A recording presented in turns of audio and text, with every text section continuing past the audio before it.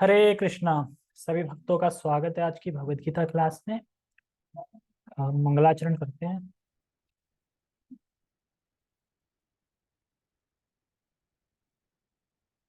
ओम अज्ञानतिमिरान्धस्य ज्ञानञ्जनशलाकया चक्षुरुन्मिलितं येन तस्मै श्रीगुरुवे नमः। श्रीचैतन्यमनोभीष्टं स्थापितं येन भूतले स्वयं रूपकदा मह्यं ददाति स्वपदान्तिकम्। वन्देऽहं श्रीगुरु श्रीयुतापदकमलं श्रीगुरून् वैष्णवांश श्रीरूपं साग्रजातं सहगणरघुनाथान्वितं तं सजीवं साद्वैतं सावधूतं परिजनसहितं कृष्णचैतन्यदेवं श्रीराधा कृष्णपादान् सहगणललिता श्रीविशाखान्विशां च। हे कृष्ण करुणा सिंधु दीनबंधो जगतपते गोपेश गोपिका कांता राधा कांता नमस्तुते। तप्त कांचन गौरांगी राधे वृंदावनेश्वरी वृषभानुसुते देवी प्रणमामि हरिप्रिये। वाञ्छाकल्पतरुभ्यश्च कृपा सिन्धुभ्य एव च पतितानां पावनेभ्यो वैष्णवेभ्यो नमो नमः। जय श्री कृष्णा चैतन्य प्रभु नित्यानंद श्री अद्वैत गदाधर श्रीवासादि गौर भक्त वृंद। हरे कृष्णा कृष्णा कृष्णा हरे हरे, हरे राम राम राम हरे हरे। रामाय रामभद्राय रामचंद्राय वेदसे रघुनाथाय नाथाय सीताय पते नमः। नमः ओं विष्णुपादाय कृष्णपृष्ठाय भूतले श्रीमते भक्तिवेदांत स्वामिनि इति नामिने। नमस्ते सारस्वते देवे गौरवाणी प्रचारिणे निर्विशेष शून्यवादी पाश्चात्य देश तारिणे। हरे कृष्णा। हम शुरू करते हैं। भगवद गीता यथारूप अध्याय 10 श्लोक क्रमांक 2। तो अध्याय 10 में भगवान अपने ऐश्वर्य का वर्णन बताएंगे, अपनी विभूतियों का वर्णन। और साथ में पहले श्लोक में उन्होंने ये भी बताया कि मैं भगवान हूँ, मैं भगवान हूँ। और भगवान मतलब 6 ऐश्वर्य से पूर्ण, कंप्लीट और असीमित।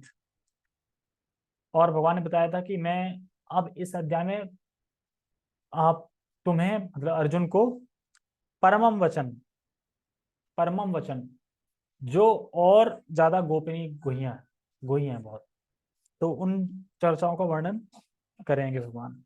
और दूसरे अध्याय में बता रहे हैं, पहले में बताया कि मैं भगवान हूँ, दूसरे में बता रहे हैं कि जो महर्षि गण होते हैं पहले चैप्टर में, वो सॉरी पहले श्लोक में पहले श्लोक में जो महर्षि गण होते हैं और जो देवता होते हैं वो भी मुझे नहीं समझ पाते, नहीं जान पाते। वो मतलब वो नहीं जानते कि मैं भगवान। ठीक है, तो पहले हम श्लोक का उच्चारण करते हैं। न मे विदुः सुरगणः प्रभवं नाम हर्षस्य प्रभवं न महर्षयः अहम आर्दि देवानां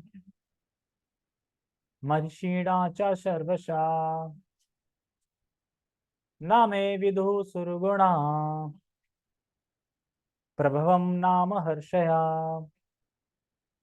अहम आदिर्ह देवानां महिषाणां च सर्वशा। न मे विदु, मुझको नहीं जानते। न मैं विदु मतलब मुझको नहीं जानते। कौन नहीं जानता? तो कह रहे हैं सुरगणा। सुरगणा मतलब देवता। देवता मुझको नहीं जानते, देवता। नामे विदु सुरगणा प्रभवम न महर्षि। और जो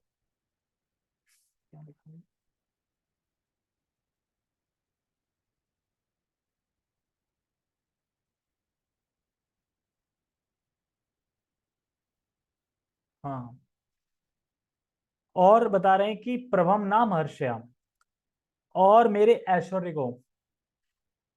को ये नहीं जानते देवतागण। और महर्षिया, महर्षिया मतलब महर्षि और देवता दोनों बता रहे हैं। सुरगुणा हो गया देवता, और महर्षय हो गया महर्षिगण। जो महर्षिगण होते हैं ना, जो तपस्या वगैरह करते हैं, वैराग्य का जीवन जीते हैं, ये जो है ये भी नहीं जानते। क्या नहीं जानते? अहम आदिर ही देवानाम। अहम आदिर देवानाम मतलब कि उनके स्रोत भगवान है, उनके स्रोत भगवान है। देवता और महर्षिगण ये नहीं जानते कि भगवान उनके स्रोत हैं, वो भगवान से आए, ये भगवान है, ये नहीं जानते। क्यों है ऐसा, क्यों नहीं जानते? तो कह रहे हैं अहम आदिर देवानाम। अहम आदिर देवानाम मतलब होता है मैं सभी देवताओं का आदि हूँ, सभी देवों का आदि हूँ, सभी देवताओं का आदि हूँ, और सारे महर्षि का भी, और मैं सारे महर्षि का भी आदि हूँ। और क्यों नहीं जानते भगवान को? तो कह रहे हैं क्योंकि भगवान सबके आदि हैं। तो अब कोई बोले कि देवता जानते क्यों नहीं, दिक्कत क्या है मतलब जानने में, क्यों नहीं जानते? बड़ा ट्रिकी श्लोक है आज का। क्यों नहीं जान पाते देवता? क्योंकि भगवान क्या बोल रहे हैं, मैं सबका आदि हूँ। आदि मतलब कि भगवान थे, भगवान के बाद सब आए ना, तो कैसे पता चलेगा? जैसे एक पुत्र है छोटा, उसे जब तक बताया नहीं जाए कि ये पापा है तुम्हारे, पता चलेगा उसको? तो उसी तरीके से भगवान तो पहले से ही है, बाद में सब देवता है ना, तो देवता को कैसे पता चलेगा कि ये भगवान है? इसलिए आदि बता रहे हैं, आदि इसलिए नहीं जान पाते। हाँ, उन्हें अगर बताया जाए तो जान पाएंगे, नहीं बताए तो नहीं जान पाएंगे। हाँ, माँ को जानते हैं दुर्गा देवी। तो वही है कि माँ को जानते हैं, पिता को नहीं जानते। और पिता को जान लेते तो फिर भूल जाते हैं। जैसे ब्रह्मा पहले भूल गए, फिर समझ में आ गया, फिर भूल गए, फिर समझ में आ गया। और हर सृष्टि जब प्रलय होती है, हर सृष्टि जब उन्हें करनी होती है, तो हर बार याद याद कुछ याद नहीं कि कैसे करना है, भगवान ज्ञान देते हैं यहाँ पे हर बार, मतलब हर बार भूल जाते हैं। हर बार तपस्या करते हैं, हर बार उन्हें ज्ञान दिया जाता है। ये क्या मतलब, यशोदा घर पे नहीं गई, बाहर है क्या सब? है? कल का श्लोक इसी पे तो था, है? कि हमें रुचि होनी चाहिए। तो जब नींद आ रही है तो फिर तो जुम पे क्यों आ रहा है? फिर तो ये हो गया ना कि जब जब जुम पे भी तो जगना ही है ना। लेट। ठीक है, प्रोफाइल ऑन करो अपनी अपनी। जो प्रोफाइल ऑन कर सकता है वो प्रोफाइल ऑन करो, सामने बैठ के सुनो ना, और घर पे ही सुनना है तो कोई नहीं, बैठ के सुनो फिर सही से। ठीक है। तो क्या हम अपने पापा को जानते हैं? हाँ जानते हैं। कब जानते हैं? हमें बताया गया तब जानते हैं, अगर बताया नहीं जाता तो हम नहीं जानते। तो उसी तरह एक छोटे की लड़के की कथा आती है। एक छोटा लड़का था, तो उसके पिताजी क्या थे, सुबह मॉर्निंग में जल्दी चले जाते ड्यूटी, वो तो तक जग नहीं पाता था वो। और जब रात को आते थे तो लेट आते थे, वो तो सो जाता था। और जब संडे का दिन आया तो वो डाइनिंग टेबल पे बैठा खाना खाने के लिए, तो उसके पिता भी आ गए। तो अपनी मम्मी से पूछता है हु इज दिस पर्सन, तो ये कौन है? तो कहते हैं ये और योर फादर। फादर, ये फादर क्या होता है? बताते हैं कि तुम इनके पुत्र हो, ऐसे करके। तो कहता है अच्छा, तो क्यों ऐसा बोल रहा है वो? क्योंकि कभी देखा ही नहीं। तो इसी तरीके से भगवान भी ब्रह्मा के एक दिन में आते हैं, ब्रह्मा के एक दिन में एक बार आते हैं भगवान। और बाकी तो माँ है दुर्गा देवी, उन्हीं की चल रही है सरकार। तो इसलिए हम नहीं जान पाते कि भगवान कौन है, हमारे पिता कौन है। इसलिए हम दुर्गा देवी के गीत गाते हैं लोग। तो जब देवता नहीं, क्या बोला?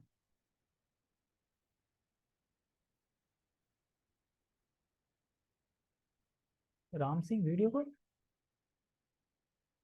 टेलीग्राम पे वीडियो कॉल? ठीक है। आवाज आ रही है ना सबको? आज कौशल नहीं, कुशल कहाँ गया?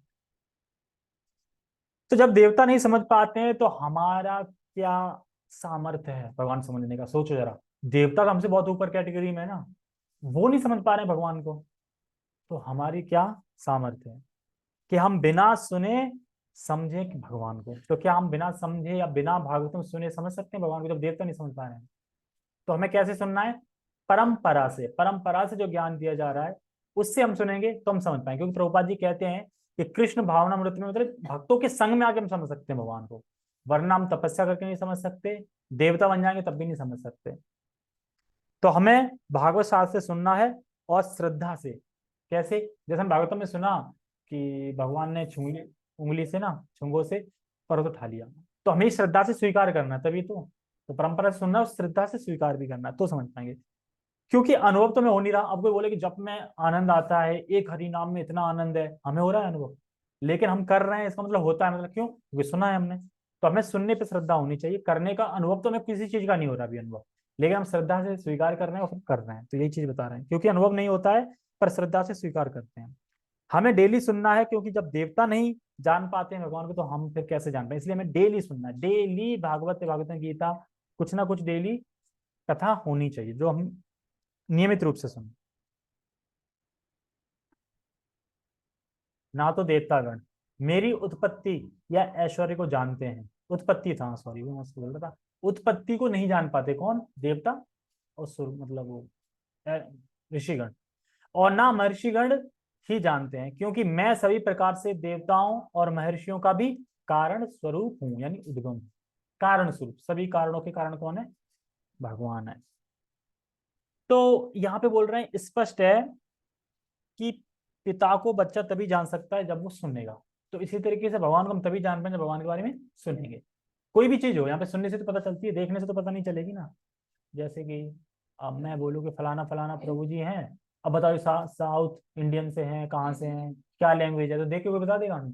जब वो बोलेंगे सुनेंगे उनका तभी पता चलेगा ना। तो वैसे ही जब भगवान के बारे में सुनते हैं तो पता चलता है, वरना देखने से पता नहीं चलता।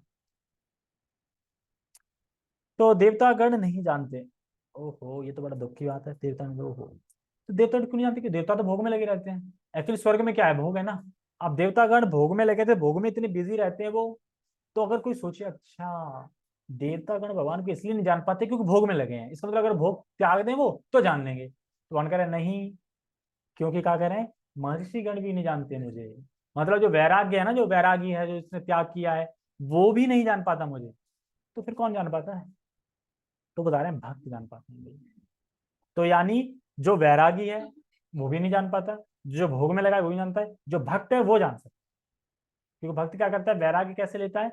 वो चीजों को भगवान की सेवा के लिए लगाता है और सेवा में करता है वो। और जो वैराग्य होता है वो क्या करता है? नहीं, ये सब माया है, ये सब त्याग के जंगल चलो। तो वो मिथ्या अहंकार होता है उसका, वो नहीं जान पाते भगवान को। तो ना महर्षिगण भी जान पाते हैं मुझे, यानी भोग और वैराग्य दोनों ही नहीं जानते, दोनों ही नहीं जान पाएंगे। जो भोग और वैराग्य के लोग हैं दोनों ही जानते, सिर्फ भक्ति से जान पाते हैं भगवान को, क्योंकि भगवान इन दोनों के कारण स्वरूप। तो अपने से ऊपर वाले को कैसे समझ सकते हैं? देखो, जो दोनों हैं ऊपर, जो महर्षिगण है और देवता है, इन दोनों के कारण स्वरूप कौन है? भगवान है। तो भगवान ऊपर हो गए ना, अब नीचे वाला ऊपर वाले को कैसे जान सकता है? नीचे वाला अपने नीचे वाले को जान सकता है ना, लेकिन नीचे वाला ऊपर वाले को तो नहीं जान सकता। ऊपर वाला तो पहले आया है, नीचे बाद में आया है, तो कैसे जान सकते? जैसे मान लो कहीं पे चार लोग बैठे हैं, एग्जाम्पल दे रहा हूँ, वो आपस में कुछ भी बात कर रहे हैं। अब पांचवा कोई वहां पहुंच जाएगा, आके बैठ जाए, अब वो चुप हो जाए, तो उसे पता चलेगा क्या बात कर रहे थे, क्या मैटर है? कुछ नहीं समझ में आएगा ना उसको। क्यों? तो वो बाद में आया ना, पहले से है ही नहीं। इसी तरीके से दूसरे एंगल से समझते हैं इस श्लोक को। लिंक क्या है? कितने भी देवी देवता हो, जो जितने भी देवी देवता हैं वो नहीं जानते। अब इस श्लोक से पता, अब इस श्लोक से अपने को पकड़ना क्या है? जब भी कोई बोले ना अरे सभी देवता एक हैं, सभी भगवान हैं, चाहे इन देवता को पूछे, तो उनको ये श्लोक दिखा देते भगवान क्या बोल रहे हैं। भगवान ही बोल रहे हैं कि देवता मुझे जानते हो, तुम देवता की पूजा करके भगवान को पालोगे? जब देवता जानते ही नहीं भगवान को, तो तुम देवता की पूजा करके भगवान को कैसे जानोगे? जान ही नहीं सकते। एक तो ये, और दूसरा ये कि इसमें भगवान ये भी बता रहे हैं कि सभी देवताओं का उद्गम मैं हूँ, कारण स्वरूप मैं हूँ, यानी मेरी पूजा करो फिर। ये भी बता रहे हैं आप। कोई व्यक्ति देवता की पूजा करके भगवान को नहीं जान सकता, क्योंकि देवता खुद ही नहीं जानते भगवान को। लोग देवता की पूजा करके सोचते हैं कि हमने तो भगवान की पूजा कर ली, अरे हमने तो शनि देव को चढ़ा दिया, तेल चढ़ा दिया, सोमवार को शिव का रख लिया, मंगलवार को हनुमान जी का रख लिया, बुधवार को चंद्रमा का रख लिया, बृहस्पति को केले के पेड़ के नीचे चने चढ़ा दिए, शुक्रवार को संतोषी माता का व्रत रख लिया, और शनिवार को फिर शनि का तेल चढ़ा दिया, और रविवार को सूर्य देव नमस्कार करने सूर्य के सामने बैठ गए। तो हम सोच रहे हैं कि हमने तो कर ली पूजा, लेकिन भगवान क्या करे? देवता मुझे जानते ही नहीं, तो हमने कहाँ करी थी पूजा? नहीं करी ना देवताओं की, तो वही बता रहे। तो देवताओं का, महर्षिगण का उद्गम भी भगवान से। केवल भक्ति जान पाते हैं, कैसे? भगवान को कृष्ण की कृपा से ही भक्त जान पाता है, क्योंकि जब वो भक्त संग में आता है तो भक्त फिर भगवान कृपा करते हैं, तब वो भगवान को समझ पाता है। तो भगवान ने हमें यहाँ भक्ति सिखाई है कि मैं ही आदि हूँ देवताओं का, इसलिए हम सबको पूजा देवताओं की नहीं करनी चाहिए, भगवान की करनी। ठीक है। और इसमें कुछ टिप्पणी है, जैसे कि भक्तों के संग में आकर हम भगवान को जान सकते हैं, लेकिन भक्तों का संग क्या आसानी से मिल जाता है? भक्तों का संग बहुत दुर्लभ है, और भक्तों का संग दुर्लभ है, इसलिए भगवान को समझना भी कठिन है, दुर्लभ है एक तरह से, क्योंकि भक्त के संग भी समझ सकते हैं और भक्त संग दुर्लभ है, तो भगवान को समझना भी दुर्लभ दुर्लभ हो गया। हाँ मतलब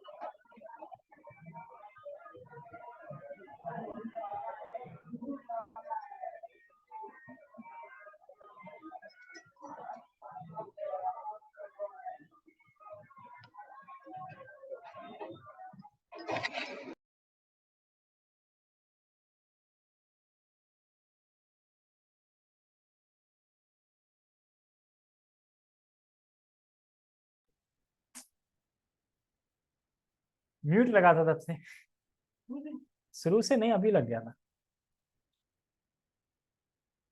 थैंक यू, हरे कृष्णा।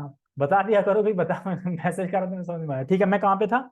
मैं ये बता रहा था, मैंने इतनी देर में क्या बताया, रिवाइज कर देता हूँ कि भगवान को समझना क्यों कठिन है। क्योंकि भक्तों का संग मिलना कठिन है।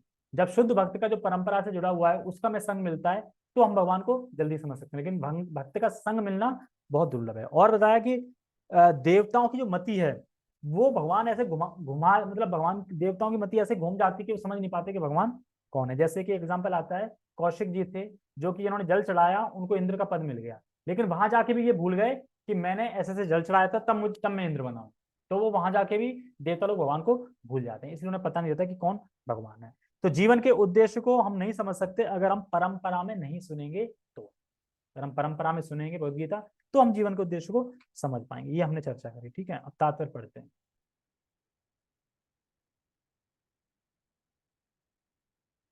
जैसा कि ब्रह्म संहिता में कहा गया है, भगवान कृष्ण ही परमेश्वर है, उनसे बढ़कर कोई नहीं है, वे समस्त कारणों के कारण है।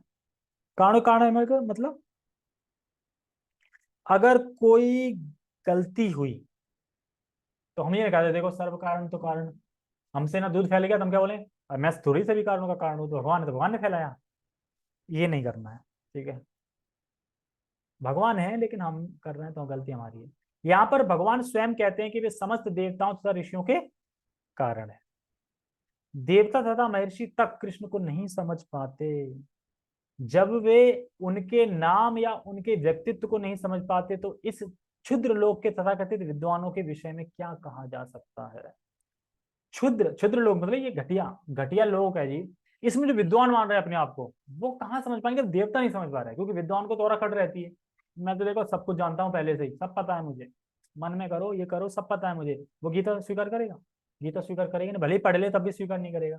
लेकिन जो विद्वान नहीं है वो कर लेगा गीता। तो अच्छा है कि हम विद्वान नहीं है, हम लो क्वालिटी के, हमें हम मूर्ख हैं एक तरीके से। तो क्यों, हम गीता स्वीकार कर लेंगे। अगर हम पहले से विद्वान होते, बड़े चढ़े होते, पंडित टाइप के होते पहले से, तो हम गीता स्वीकार ही नहीं करते फिर। तो यहाँ पे बता रहा है कि अच्छा है हम विद्वान नहीं है, अगर होते विद्वान तो हम गीता को स्वीकार नहीं करते। तो विद्वान लोग नहीं आते अपने घमंड की वजह से, जो भी है, जबकि वे उनके नाम या उनके व्यक्तित्व को नहीं समझ पाते तो इस क्षुद्र लोक के जीवों का कहना है। ठीक है, पढ़ लिया। कोई नहीं जानता कि परमेश्वर क्यों मनुष्य रूप में इस पृथ्वी पर आते हैं और ऐसे विस्मयजनक सामान असामान्य कार्यकलाप करते हैं। तब तो यह समझ लेना चाहिए कि कृष्ण को जानने के लिए विद्वता आवश्यक नहीं है। विद्वता मतलब विद्वान होना, यह आवश्यकता नहीं है, क्योंकि जरूर जो विद्वान होगा वो भगवान को नहीं जान पाएगा, जो नॉर्मल होगा वो जान लेगा। तो ये कह रहे हैं विद्वता की आवश्यकता नहीं है, श्रद्धा की आवश्यकता है। जो शास्त्र में बोला जा रहा है उसमें हमें श्रद्धा होनी चाहिए। अगर श्रद्धा होगी तो हम भगवान को जान पाएंगे। उदाहरण, जैसे भक्ति सिद्धांत सरस्वती ठाकुर के एक शिष्य थे जो माली थे। तो माली थे, साथ में वो क्या करते थे कि थोड़ा श्रवण भी करते थे और सेवा करते थे, बस श्रवण सेवा श्रवण सेवा। तो एक बार सरस्वती ठाकुर ने उन्हें बुलाया और 30 मिनट उनका एग्जाम दिया, परीक्षा ली। आप सोच के देखो कि अगर अपने बगल में जो अपने गुरु अगर वो बैठ जाए वो परीक्षा लें, तो अपन तो वैसे ही कहाँ पे जाएंगे, वैसे ही हृदय धड़कन तेज, कुछ बोल भी नहीं पाएंगे। और 30 मिनट, और 30 मिनट बताते हैं उन्होंने जितने भी क्वेश्चन पूछे सबका उन्होंने परफेक्ट आंसर दिया। क्यों? क्योंकि वो सेवा कर रहे थे और श्रवण कर रहे थे। तो श्रवण सेवा ये दोनों बहुत जरूरी है। जब भी हम कोई सेवा करते हैं तो सेवा से हमें समझ में आता है कथा, इस तरीके से। तो यह सेवा भगवान का गुणगान करते हैं तो भगवान शक्ति देते हैं। तो मतलब जब हम भगवान का गुणगान करते हैं, सेवा करते हैं, भगवान फिर शक्ति देते हैं, बुद्धि देते हैं, सब कुछ करते हैं। तो विद्वता, अगर कोई विद्वान है तो ये कोई क्वालिफिकेशन नहीं कि हम विद्वान होंगे तभी गीता समझ पाएंगे, हमें विद्वान की जरूरत नहीं है। माली था, एग्जाम्पल देखो, माली माली था, ऐसी कथा सुन रहा है, सेवा कर रहा है, वो उसने परफेक्ट आंसर दे दिया सारे। तो यहाँ पे विद्वता की जरूरत नहीं है। ठीक है, कहाँ पे थे? हाँ, बड़े बड़े देवताओं तथा ऋषियों ने मानसिक चिंतन द्वारा कृष्ण को जानने का प्रयास किया किंतु जान नहीं पाए। तो इसका मतलब ये नहीं है कि हम शास्त्र ना पढ़े, क्योंकि यहाँ पे तो भगवान कह रहे हैं ऋषिगण है बड़े बड़े, खूब उन्होंने मानसिक चिंतन किया, खूब समझना चाहा, फिर भगवान को जान नहीं पाए, तो हम कहाँ जान पाएंगे। तो इसका मतलब ये नहीं है कि हम शास्त्र से ना सुने, हमें अपने मानसिक चिंतनों से फॉलो नहीं करना, मतलब मानसिक चिंतन नहीं बनाने हैं अपने, वैष्णव परंपरा से सुनना है और जो गुरु बता रहे हैं उसको फॉलो करना, अपनी मानसिक कल्पना नहीं बनानी, नहीं ऐसा होगा वैसा होगा, ये सब नहीं करना। जहां तक उनकी अपूर्ण इंद्रियां पहुंच पाती हैं वहीं तक वे सोच पाते हैं और निर्विशेषवादी के ऐसे विपरीत निष्कर्ष को प्राप्त होते हैं जो प्रकृति के तीनों गुणों द्वारा व्यक्त नहीं होता, या कि वे मन चिंतन द्वारा कुछ कल्पना करते हैं। किंतु इस तरह के मूर्खतापूर्ण चिंतन से कृष्ण को नहीं समझा जा सकता। देखो क्या बता रहे हैं, अगर कोई परम सत्य की धारणा बिना परंपरा के कर रहा है तो उसकी धारणा लास्ट तक पहुंचेगी निराकार है, वो अनलिमिटेड है, असीमित है, वो निराकार ही है। अगर वो परंपरा से नहीं सुन रहा है तो उसकी खुद की धारणा है, मतलब कि भगवान कैसे हैं, खुद से कर रहा है, तो वो लास्ट में जो पहुंचेगा वो निराकार पे ही पहुंचेगा। तो वह ये कल्पना ही नहीं कर पाएगा कि भगवान साकार भी हो सकते हैं। तो पूरा जगत एक व्यक्ति चला रहा है, कैसे स्वीकार कर लूं, पूरा जगत एक व्यक्ति चला रहा है, ऐसा हो ही नहीं सकता, तो वो करेंगे नहीं। तो इतनी शक्ति कैसे आ सकती है व्यक्ति में? क्योंकि देख के कुछ हो नहीं सकता, और हम बता सकते हैं और सुन के बता सकते हैं। तो भगवान को हम सुनेंगे तभी तो समझ में आएगा। तो वही है कि देख के हम किसी के बारे में नहीं बता सकते, सुन के बता सकते हैं, जैसे पहले बताया मैंने। तो भगवान को हम सुन के समझ सकते हैं। ठीक है, आवाज आ रही है ना? यहाँ पर भगवान अप्रत्यक्ष रूप में यह कहते हैं कि यदि कोई परम सत्य को जानना चाहता है तो लो, मैं भगवान के रूप में यहाँ हूँ, मैं परम भगवान हूँ। यानी भगवान खुद कह रहे हैं, क्या कह रहे हैं, कितना सुंदर बता रहे हैं, देखो कैसे। देखो बेटा, देवता मुझे नहीं जानते ना, पर लेकिन तुम मुझसे सुनो, मुझसे सुनोगे तो मालूम चल जाएगा मैं कौन हूँ। कह रहे हैं देवता तो जानते नहीं, पर बेटा मतलब अर्जुन से कह रहे हैं तुम मुझसे सुनो, मुझसे सुनोगे तो तुम मुझे जान जाओगे मैं कौन हूँ। इस तरीके से बता रहे हैं। तो सुनो, क्या मतलब सुनो? देखो, तीन कैटेगरी के लोग होते हैं। एक होता है कि ज्ञान होता है पर बता नहीं पाते, किस तरीके से बताएं।